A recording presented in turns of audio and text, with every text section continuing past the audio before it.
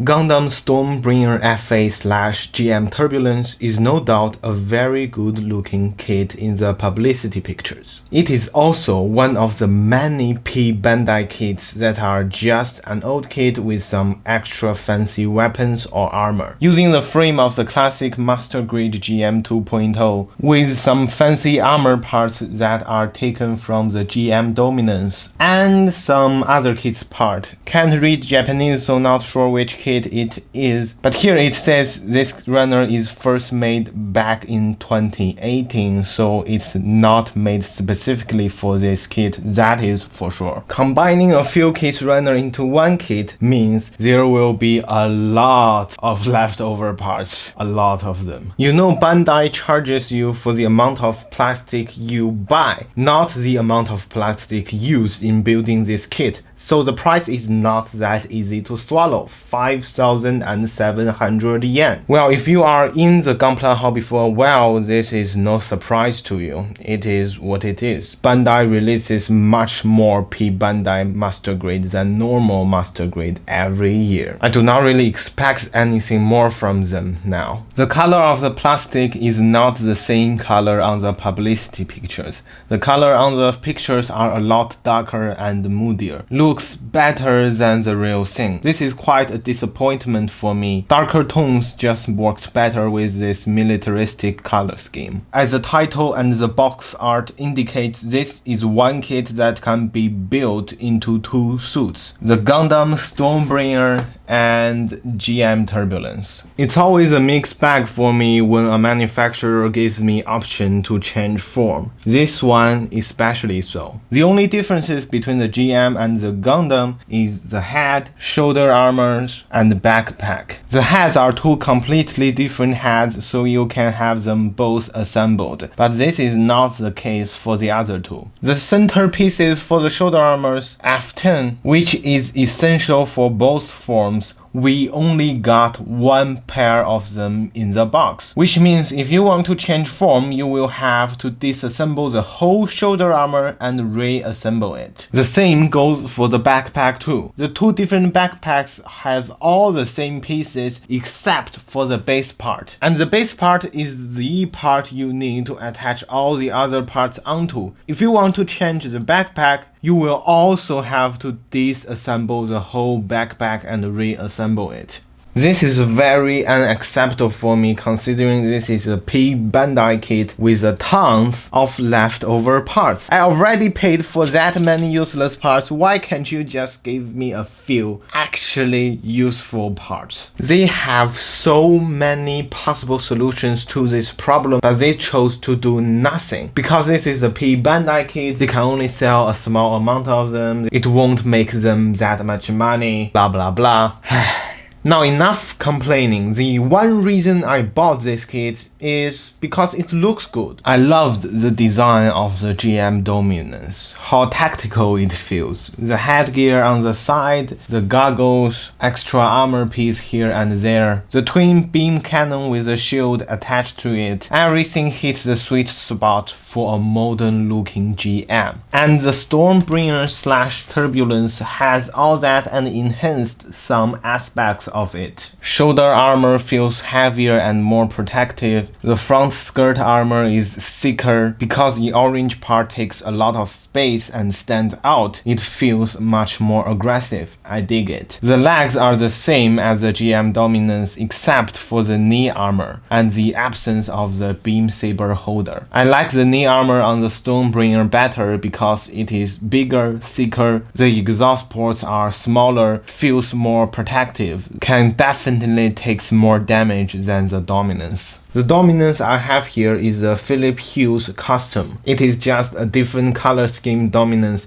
with a pair of Gatling guns. As the main attraction, the Gatling guns does not perform well at all. Hard to fix seam lines and mold lines, details are non-existent, just chunks of large surface areas with nothing on them. Even after painting, it still looks quite plain and boring. This is not the case on the Stormbringer, however. The main attraction here is the shoulder cannon and the back with the two propellant tanks. I always thought these are some kind of support wings for high-speed movement. Only today I look at the menu and here it says propellant tanks. Seems weird to me. Most tanks I know on Gunpla kits are cylinders instead of slim cubic plates. Though very simple in assembly, just two pieces right and left snapped together.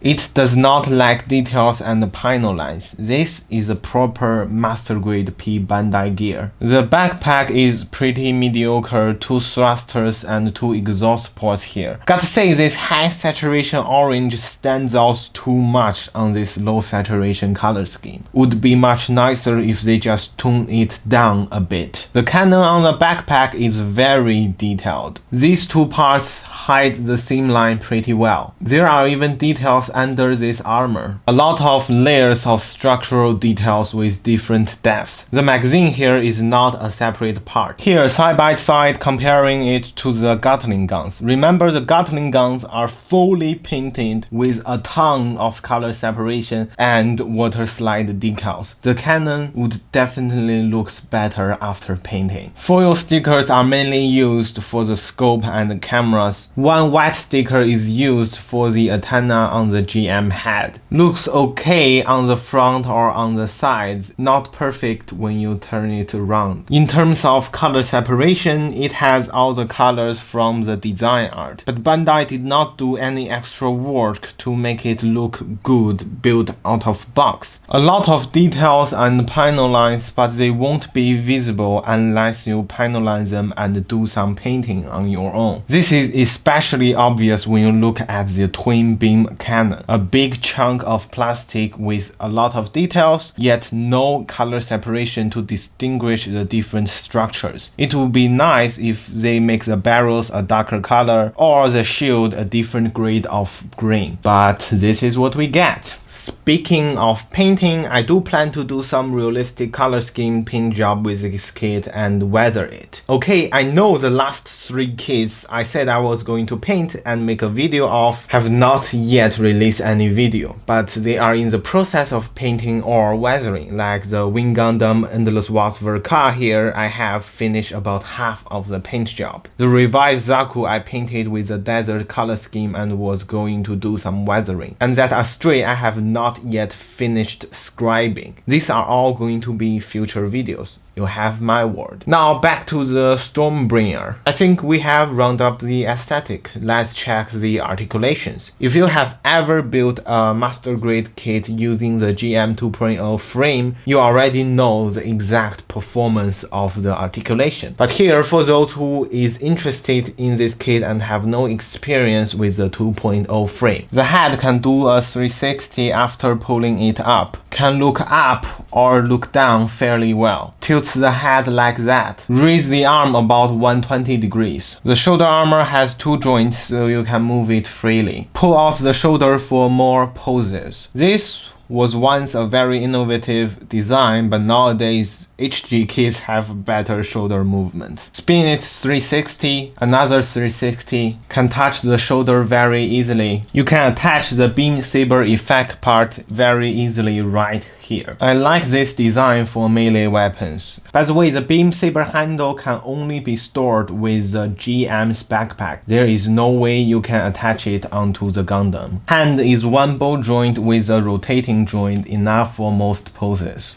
The hand is as usual articulate thumb with the other 4 fingers fixed. Open hand, gun holding hand, beam saber holding hand, and the fist. I personally like all 5 fingers fixed more because I paint stuff. Any articulate parts would be fragile and hard to deal with when you try to mask them or get the paint onto every surfaces. The waist can move all 4 directions fairly decent. You can spin it 360. Front kick 90 degrees, side kick 90 degrees, back skirt armor fixed though 30 degrees. Rotation at the hip bone is fine, can bend this leg all the way. Exhaust port on the side can be adjusted a bit. The foot is 3-part articulated. The ankle armor here, no matter how hard I squish them together, they will always come loose afterward. On the back, the tanks are attached by a single ball joint. Not very strong, can be detached with a little force, but it gets the job done. You can move it to whatever angle you find the most comfortable with. The cannon on top has very limited articulations. After pulling it out, this is the highest angle it can get, and this is the lowest angle it can get. After playing with it a little bit, I found myself liking the GM head way more than the Gundam head. GM head with that dark green color, the larger antenna, and the tactical goggles feels a lot cooler. The Gundam head is just too mediocre to me. In the end, do I recommend this kit? Objectively saying, this is not a bang for the buck kit. The frame is old and way overused. Most of the armors are also not new. Bandai charges you a lot for those wasted parts. But I buy P Bandai kits not because they have breakthrough designs or they worth my money just by the pure quality. I buy them because